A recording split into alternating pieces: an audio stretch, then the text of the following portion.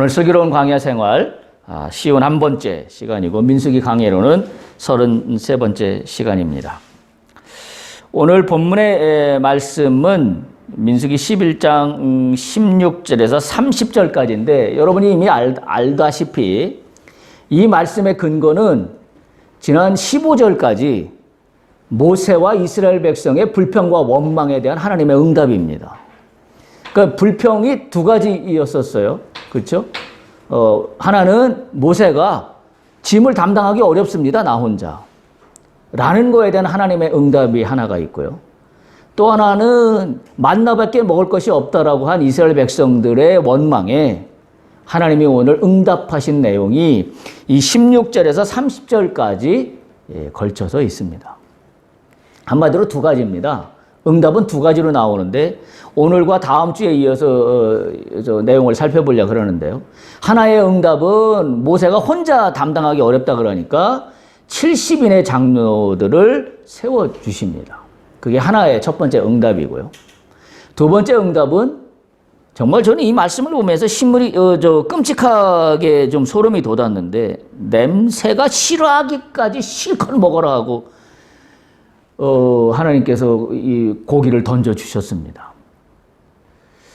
그래서 어쨌든 응답은 두 가지인데요.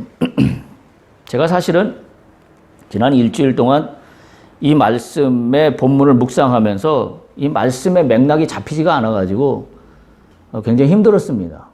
뭐 내용은 뻔해요. 70인의 장로를 세웠다. 그리고 냄새도 싫어할 만큼 하나님께서 풍성하게 메추라기를 하늘에서 내려주셨다. 네. 근데 제가 말씀의 맥락이 잡히지 않았던 이유는 여기에 있습니다. 여러분 한번 보세요. 오늘 16절에서 30절을 보시면 오늘 본문의 구조가 예사롭지가 않습니다. 먼저 16절, 17절에 보면 무슨 이야기가 나오고 있냐면 장로 70인을 불러 모아서 회막에 데리고 와라. 라는 모세에게 명령하는 말씀이 16절, 17절이에요. 그러니까 장로들 70인을 모세를 도울 리더십으로 세우고자 하는 하나님의 말씀인데 16절에서 17절로 끝나요. 그리고 나서 어디로 가냐면 24절로 갑니다. 그 이야기가. 24절로 가서 모세가 장로 70인을 데리고 왔을 때 그때 24절부터 30절까지는 하나님께서 직접 이 이스라엘 장로들에게 하나님의 영을 부어주시는 그 내용이에요. 다시 말하면 이런 거지요. 16, 17절 다음에 24절이 바로 붙어도 돼요. 16, 17절 다음에 24, 25 내용이 바로 붙여도 되는데 오늘 본문은 16, 17절을 이야기하고 끊고 그 사이에다가 뭘 집어넣냐면 메추라기 사건을 집어넣고 있습니다. 그렇죠? 그래서 18절부터 22절까지는 메추라기에 대한 이야기예요. 하나님께서 메추라기를 내려주시는 이야기인데 이 메추라기를 내려주시는 이야기에 지금 배경은 뭐냐면 불신이에요. 모세가 23절, 22절에 그러잖아요. 그들을 위하여 양떼와 소떼를 잡은들 족하게 싸우며 바다의 모든 고기를 모은들 족하게 싸웁니까? 보행자가 지금 60만 명이나 되오는데 어떻게 이 사람들에게 고기를 먹인단 말씀입니까? 라는 아주 불신이 지금 이 고기를 하나님께서 주시는 이 배경에 깔려있는 배경 내용이에요. 그래서 저는 지금 이게 힘들었습니다. 아니 장로 70인을 세워서 모세를 돕는 리더십으로 세우고 하나님의 영을 부어주셨다고 한다면 16, 17절 다음에 24절부터 쭉 연결해서 가면 될 이야기를 왜 이거를 분리해서 16, 17절에 장로들을 불러 모으는 이야기를 하고 그리고 메추라기에 이 불신의 내용을 집어넣고 그리고 다시 장로들의 이야기를 이어가고 있냐는 사실이죠. 그래서 사실은 어제까지 토요일까지 이 말씀의 맥락을 잡고 준비를 했습니다. 그런데 오늘 새벽에 다 뒤집어졌습니다. 오늘 새벽에 갑자기 잠결에 이 말씀이 생각이 나서 깨서 오늘 본문의 말씀의 메시지를 다시 새벽에 바꿨습니다. 네. 그래서 저희가 답답했던 마음이 풀렸어요. 제가 그 맥락이 잡히지가 않아가지고 도대체 이 말씀을 분리해 놓은 이유가 뭡니까? 네. 그냥 쭉 이어서 성경 말씀에 기록함을 될 것을. 왜냐하면 성경에서 이와 같이 어떤 특별한 사건을 삽입하거나 또는 어떤 내용을 하나로 스토리를 이어가도 전혀 문제가 없는데 이거를 분리해 놓을 때는 성경은 분명한 의도가 있습니다. 제가 그 의도를 발견하지 못해서 굉장히 답답했었는데 그 의문이 오늘 새벽에 풀렸습니다. 그래서 참 감사했습니다. 자, 그러면 오늘 첫 번째 시간으로 그 내용을 살펴볼 건데요.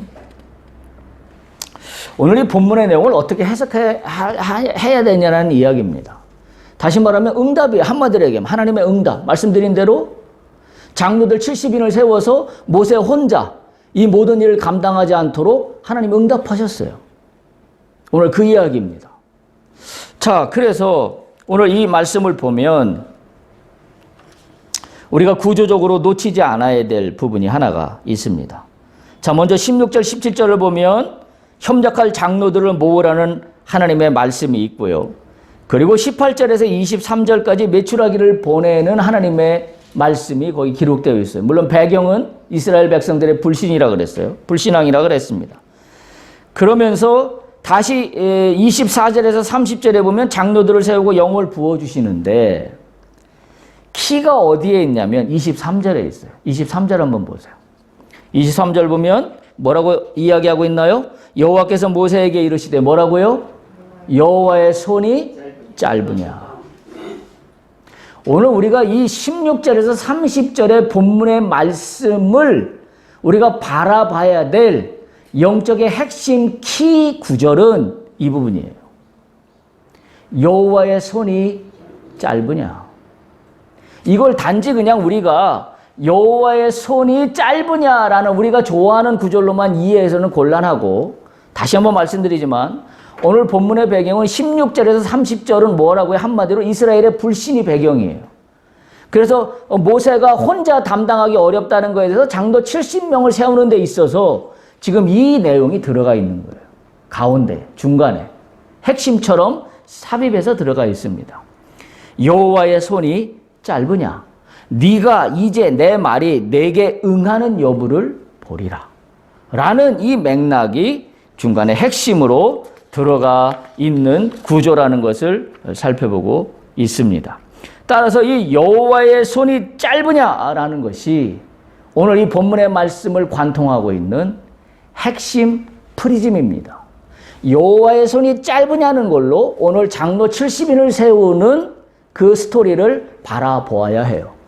또 다음번에 살펴볼 여호와의 손이 짧으냐는 그 프리즘으로 메추라기를 신물이 나도록 내려주시는 하나님의 그 은혜를 바라보아야 해요.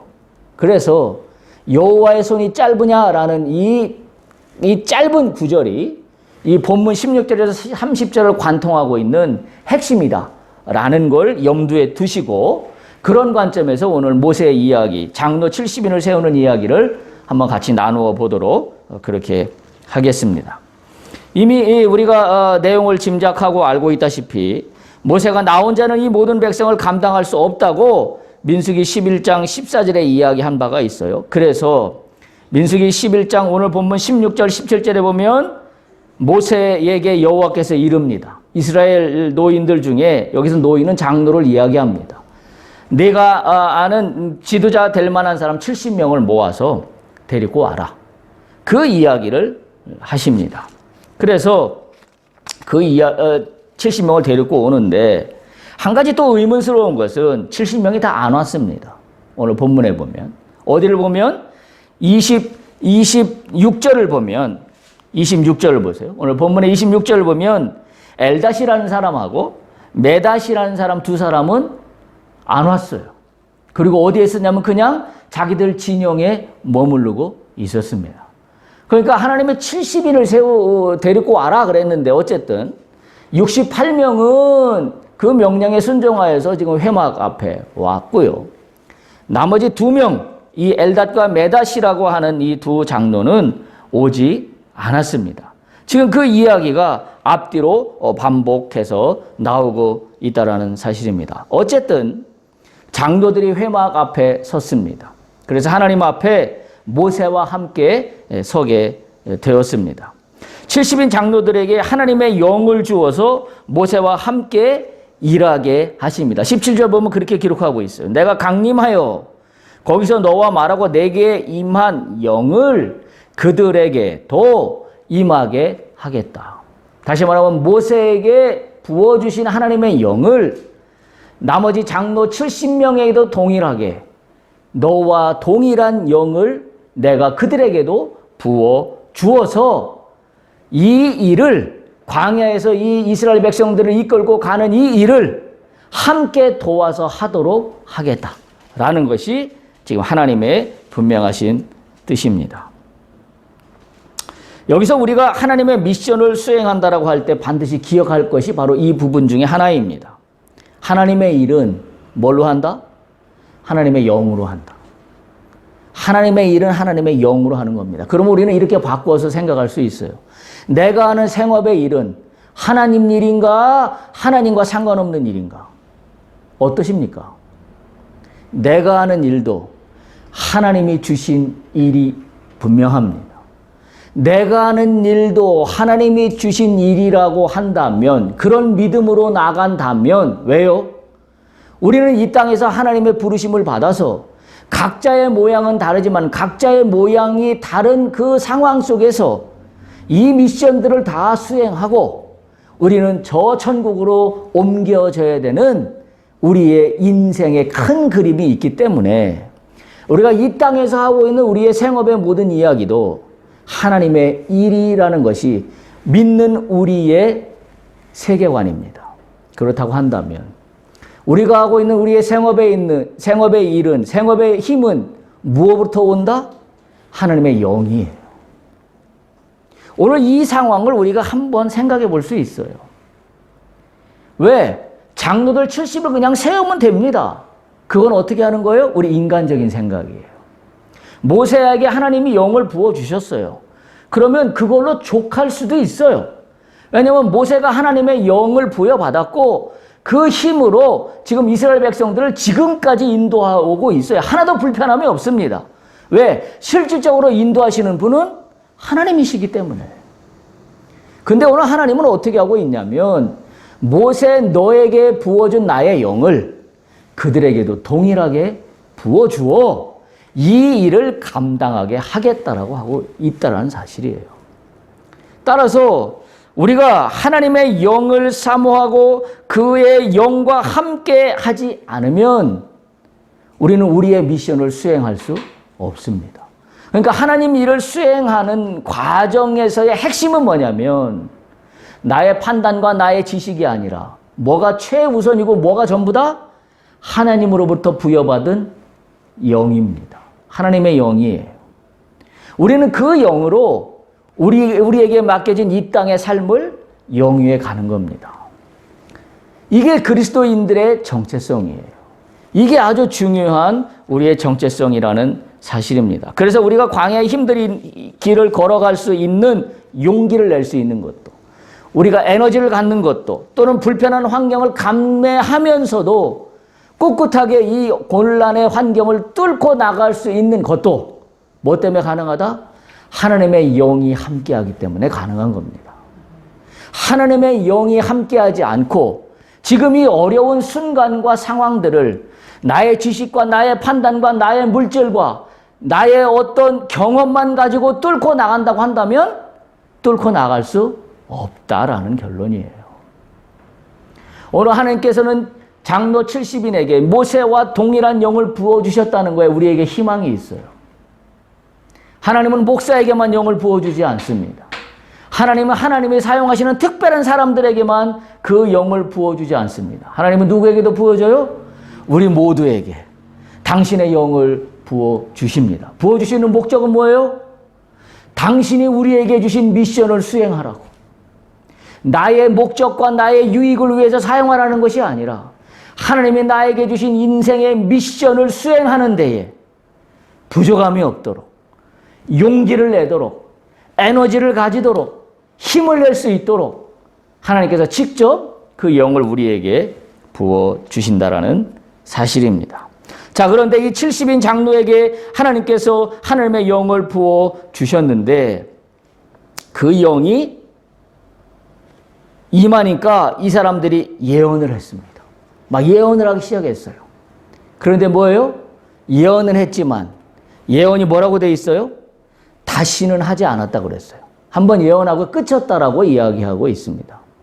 다시 말하면 이건 뭐냐면 하나님의 영이 임해서 이들이 모세와 함께 행정적인 또는 군사적인 또는 어떤 백성을 치리하는 일에 있어서 또는 조직하는 일에 있어서 도와주는 일로는 갔을지 모르지만 이들에게 제사장으로서의 일은 맡기지는 않았습니다. 그래서 예언을 한 번으로 하고 끝쳤다는 얘기는 뭐예요? 하나님의 영이 임했다라는 걸 강력하게 지금 증거하고 있는 그런 현상들입니다. 그런데 어쨌든 이와 같은 영으로 말미암아 하나님께서 영을 부어주심으로 장로들이 그 일을 나누어 줄 수 있도록 하셨다라는 사실입니다. 우리가 찾아봤던 고린도전서 12장 7절에서 11절 한번 살짝 펼쳐볼 수 있길 바랍니다. 하나님은 하나님의 영을 받은 사람들에게 말씀하십니다. 그리고 그 일을 할 수 있도록 능력과 힘을 허락하시는 것이 하나님이십니다. 고린도전서 12장 7절에서 11절 보면 성령은 하나님께서 유익하게 하기 위하여 나타내시는 겁니다. 이 12장 7절에 보면 각 사람에게 성령을 나타내심은 유익하게 하려 하심이라. 여러분 오늘 모세와 70인 장로에게 성령을 부어주신 것은 성령을 쪼개서 나눠서 n분의 1씩 나눠서 모세에게 70분의 1, 장로 중 누구 한 사람에게 70분의 1의 성령을 분리해서 나눠줬다는 이야기가 아닙니다. 똑같은 모세에게 줬던 성령을 똑같이 각각 70인 한 사람 한 사람에게 영을 부어주셨다는 건데 그 이야기가 어떤 의미냐면 고린도전서 12장 7절에서 11절에 있는 말씀이에요. 그래서 이 성령을 나눠주신 목적이 있어요. 7절 뭐라고 되어 있어요? 각 사람에게 성령을 나타내심은 뭐 때문에 나타내신다고요? 유익하게 하려 하심이라. 유익하게 하려 하심이라. 우리가 우리의 일을 하는 데 있어서 유익하게 되는 것은 성령의 힘입니다. 다른 어떤 것들로 인하여 우리가 유익하게 될 수 없음을 이 본문의 말씀은 분명하게 우리에게 전하고 있습니다. 그래서 어떤 사람에게는 이러이러한 것을, 또 다른 사람에게는 이러이러한 능력을, 은사를, 또 어떤 사람들에게는 이러이러한 능력을, 이 내용이 8절, 9절, 10절에 나와 있어요. 그리고 11절의 결론처럼 이렇게 이야기합니다. 이 모든 일은 같은 어떤 성령이 행하사? 한 성령이 행하사. 한 성령이에요. 성령은 나눠진 게 아닙니다. 한 성령이 행하사 그의 뜻대로 각 사람에게 나누어 주시는 것이니라. 할렐루야. 우리 모두에게는 우리가 성령을 사모해야 되는 이유가 여기에 있습니다. 어떤 사람에게는 가르치는 은사를, 어떤 사람에게는 집 짓는 은사를, 어떤 사람에게는 사람과의 마음을 감싸주는 은사를, 어떤 사람에게는 즐겁게 하는 은사를, 각자에게 부어진 은사가 있어요. 여러분 각자에게 부어진 은사가 있다는 것을 발견할 수 있어야 합니다. 그러면 그 은사는 왜 주셨을까? 왜 주셨다고요? 주님의 뜻대로, 주님의 뜻을 이루기 위해서입니다. 그러면 그 은사는 어떻게 할 때 유익이 됩니까? 성령으로 하나가 될 때, 성령이 증거될 때, 그때 그 은사는 유익함이 됩니다. 그 말씀을 지금 하고 있는 겁니다.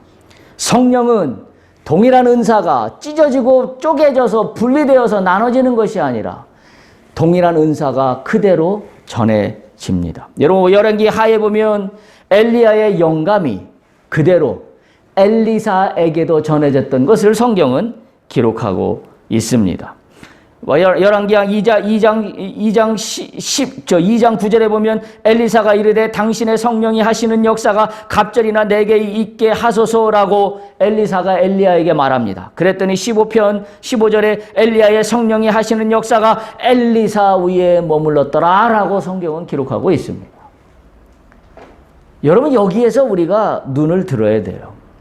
오늘 하나님께서 모세에게 임하신 영을 장로들에게 동일하게 부어 주셨습니다. 여러분, 우리가 이 땅을 살아가면서 무슨 힘으로 이 땅을 헤쳐나갈 수 있습니까? 성령의 힘이에요. 그렇다면 사모해야 돼요. 사모해야 돼요. 여러분, 사모하십시오. 뭘 사모해요? 이 목사에게 있는 성령의 능력을 달라고 사모할 것이 아니라 오늘 성경의 인물들에 있는 성령의 영을 달라고 사모하십시오.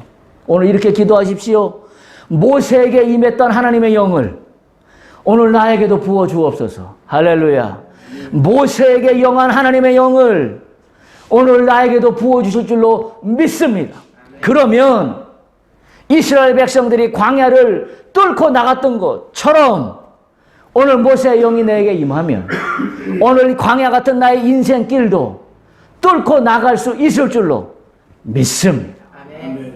우리는 지식으로나 나의 판단으로나 나의 경험으로만 가는 것이 아니라 하나님의 영으로 이 광야를 뚫고 갈 수 있다는 사실을 우리가 반드시 기억할 수 있어야 합니다. 그런데 오늘 성경에 보면 말씀드린 대로 두 명은 회막 앞으로 나오지 않았어요. 엘닷과 메닷이라는 이 두 장로는 나오지도 않았는데 하나님께서 영을 부어주셨습니다. 어떻게 해석해야 될까요? 헷갈리지 않습니까? 명령에 불복종한 거 아닙니까? 명령에 복종하지도 하나님께서 하나님의 영을 받았다니, 아니 오히려 이 사람들이 더 크게 받았는지도 몰라요. 왜냐하면 이들이 막 예언을 계속했어요. 아까 68명은 어떻게 했어요? 예언을 한 번 하다가 그쳤다 그랬는데 지금 이 사람들은 예언을 계속합니다. 그래서 어떤 일이 벌어지나요? 어떤 한 소년이 달려와서 모세에게 말해요. 지금 두 사람이 진영에 있는데 회막으로 나오지도 않았는데 이 사람에게 하나님의 영이 임해서 지금 예언을 하고 막 이렇게 하고 있다고요. 그랬더니 어떻게 했다고 기록하고 있어요? 여호수아가 모세 앞으로 나옵니다. 그래서 여호수아가 뭐라고 그래요? 여호수아가 모세를 섬기는 종인데 여호수아가 모세 앞에 나와서 저들이 예언을 못하게 중지시키라고 모세에게 요구합니다. 그랬더니 요새가 뭐라고 하던가요? 모세가 뭐라고 합니까? 내비두어라. 29절 보세요. 모세가 그에게 이르되 내가 나를 두고 시기하느냐? 여호와께서 그의 영을 그의 모든 백성에게 주사 다 선지자가 되게 하시기를 원하노라. 모세가 이렇게 이야기합니다. 여러분, 어떻게 해석해야 돼요? 모세가 대단한 건가요? 아니면 하나님이 뭔가 불평등한 건가요? 아니, 나온 68명은 예언을 한 번 하고 끝쳤는데 나오지도 않은 두 명은 계속 예언하고 있습니다. 그럼 명령에 복종하지 않는 두 사람은 뭔가요? 하나님은 부당하신 건가요? 우리는 이 부분을 어떻게 해석해야 될까요? 사실 제가 이 부분이 해석이 되지 않았습니다. 주여, 이걸 어떻게 해석해야 됩니까? 제가 알고 있는 상식하고는 맞지 않습니다. 특히 구약에서 이야기하는 것은 하나님은 신명기적 축복을 말씀하십니다. 다시 말하면 명령을 순종하라. 그리하면 너희가 복을 받을 것이라는 게 구약 전체에 흐르고 있는 사상입니다. 그런데 오늘은 이게 어찌된 일인가요? 두 명은 나오지도 않았는데 하나님은 이들에게 동일한 영을 부어주셨습니다. 이거 어떻게 해석해야 될까요? 고민이 많았습니다. 그런데 마침내 그 고민이 풀렸습니다. 핵심이 어디에 있다고요? 23절입니다. 여호와의 손이 짧으냐. 여호와의 손이 짧으냐입니다. 자, 이제 말씀해 드립니다. 첫 번째, 우리가 살펴봐야 될 중요한 놓치지 않아야 될 것은 하나님의 섭리입니다. 하나님의 섭리입니다. 장로 70인을 세우는 하나님의 섭리로 바라보면 이 70인을 세웠다는 게 단지 70인을 세운 이야기가 아닙니다. 이 70인을 세웠다는 것은 다른 말로 표현하면 뭐냐면 하나님께서 이들을 하나로 묶으셨다는 이야기예요. 여러분 생각해 보세요.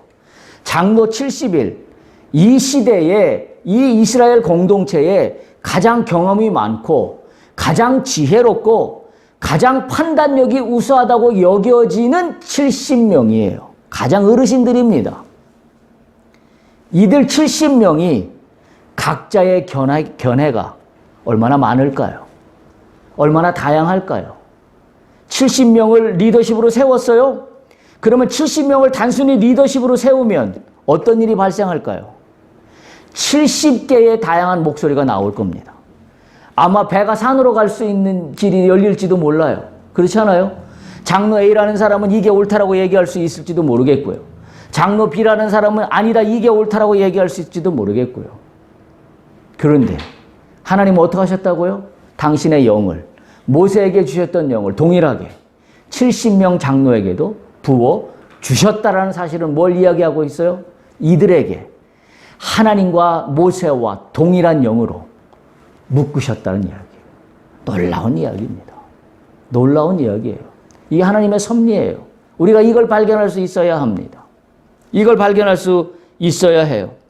따라서 하나님의 영으로 개인적인 판단과 개인적인 지식과 지혜를 다 통일시키셨어요. 통제하셨어요.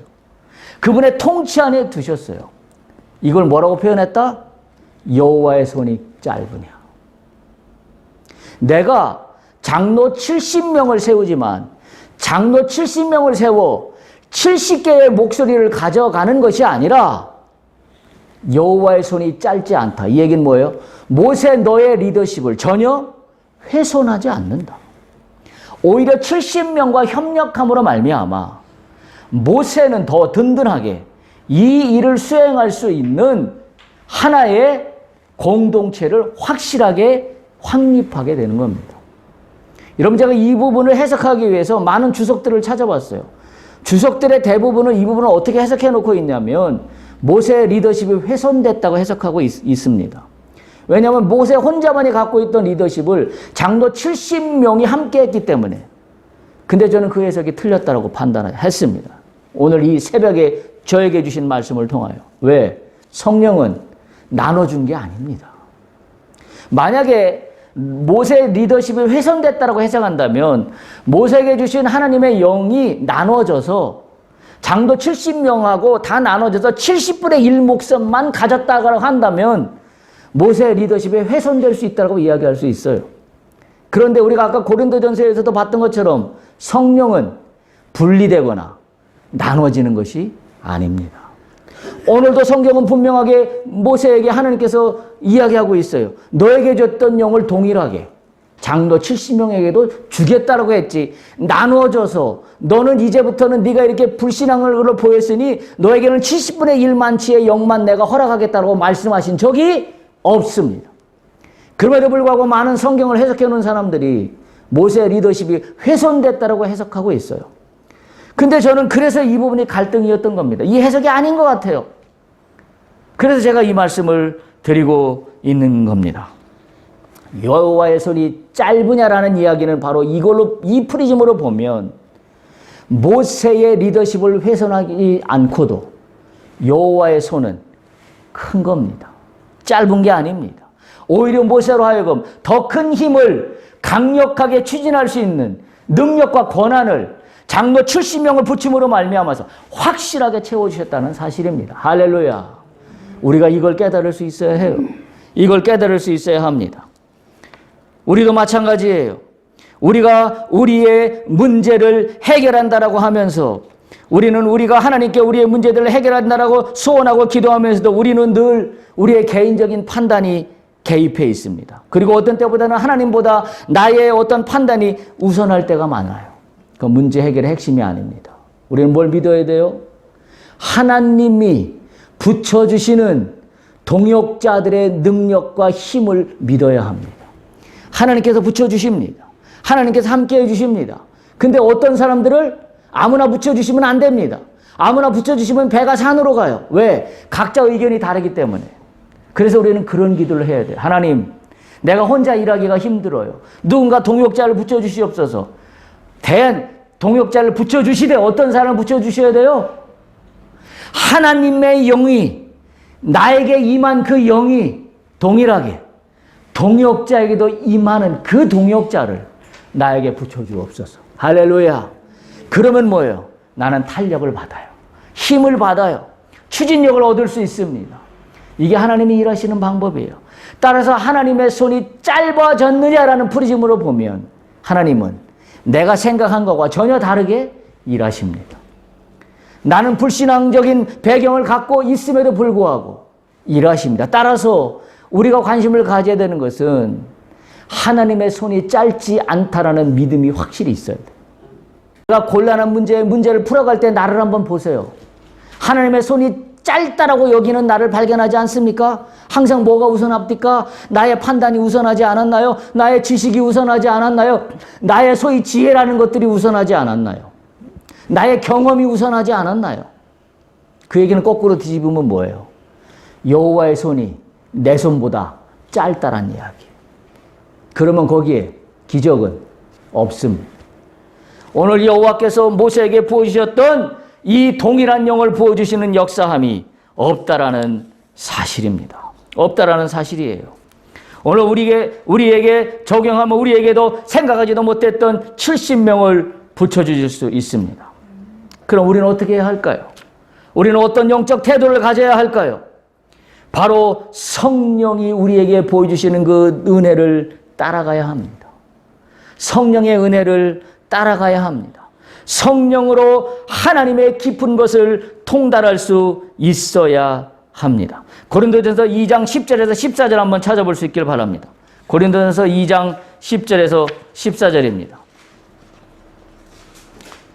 고린도전서 2장 10절에서 14절 보면 성령으로 하나님의 깊은 것까지 통달하게 하시는 그와 같은 이야기가 나옵니다. 2장 10절에 보면 오직 하나님이 성령으로 이것을 우리에게 보이셨으니 성령은 모든 것 곧 하나님의 깊은 것까지도 통달하시느니라. 아멘.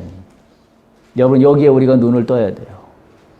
하나, 우리가 이 어려울 때 우리에게 동역자를 붙여주십시오. 기도해야 합니다. 할 수 있습니다. 그런데 어떤 거 해야 돼요? 성령의 능력으로 하나님의 깊은 것까지도 통달하게 하시는 성령을 의지해야 합니다.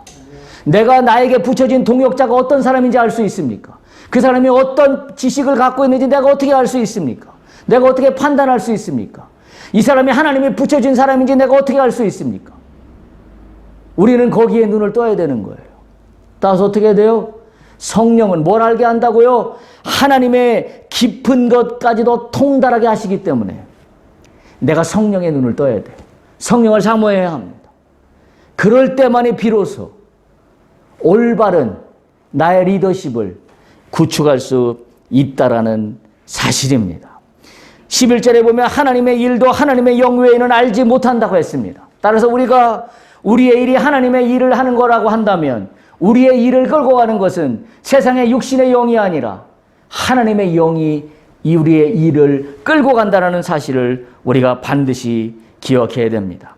오늘 고린도서 2장 12절에 13절에 보면 그렇게 이야기하고 있어요. 우리가 이것을 말하거니와 사람의 지혜가 가르친 말로 아니하고 오직 성령께서 가르친 것으로 하니 영적인 일은 영적인 것으로 분별하느니라. 14절 육에 속한 사람은 하나님의 성령의 일들을 받지 아니한대요. 왜냐하면 그게 어리석다고 여기기 때문에.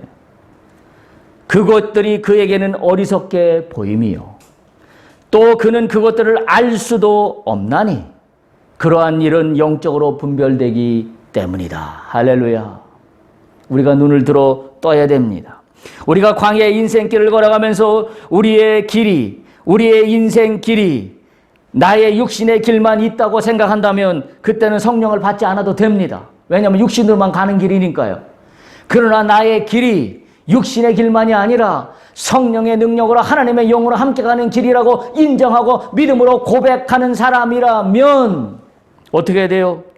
하나님의 뜻 가운데 나의 일이 놓여 있음을 발견할 수 있어야 합니다. 그렇다라고 한다면 우리는 반드시 성령을 받아야 합니다. 성령의 능력으로 나가야 합니다. 오늘 하나님의 섭리는 바로 거기에 있었기 때문입니다. 장로 70명을 세운 것은 하나님 여호와의 손이 짧지 않다라는 사실을 우리에게 증거하고 있다라는 사실이기 때문에 그렇습니다. 그런데 중요한 것이 한 가지가 더 있습니다. 아까 말씀드린 바로 이 두 사람이 나오지 않은 건데요. 여러분 한번 보세요. 24절하고 29절을 한번 보십시오. 민수기 11장 24절 29절. 민수기 12장 24절 29절. 자, 24절은 모세가 나가서 여호와의 말씀을 백성에게 알리고 백성의 장로 70인을 모아 장막에 둘러 세우게 했습니다. 그리고 민수기 11장 29절입니다. 29절은 뭐라고 되어 있나요? 모세가 그에게 이르되 내가 나를 두고 시기하느냐 여호와께서 그의 영을 그의 모든 백성에게 주사 다 선지자가 되게 하시기를 원하노라. 이렇게 이야기하고 있습니다. 여러분 24절이 더 중요한 이야기일까요? 아니면 29절이 더 중요한 이야기일까요? 어떻게 생각하십니까? 핵심이 어디에 있을까요? 다시 말하면 24절은 모세가 장로 70인을 장막 앞에 세웠다라는 이야기고요. 29절은 이와 같은 여러 가지 예언하는 것에 대해서 중지시키라는 충언들이 있음에도 불구하고 모세는 오히려 모든 백성들이 여호와의 영을 받는 것이 더 낫다라고 이야기하는 모세의 관대함을 이야기하고 있습니다. 뭐가 핵심일까요? 24절이 핵심의 킬까요? 29절이 핵심의 킬까요? 그리고 프리즘을 그거로 보십시오. 여호와의 손이 짧으냐?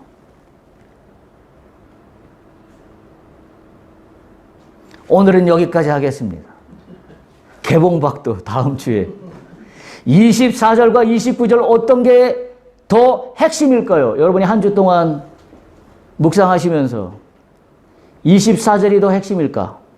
29절이 더 핵심일까? 다시 말하면 24절 모세가 장로들을 회막 앞에 세우는 24절과 29절 모든 백성이 여호와의 영을 받는 것이 낫다라는 모세의 관대함이 드러난 29절 어떤 것에 우리는 방점을 찍어야 이 문제가 해결될 수 있을까요?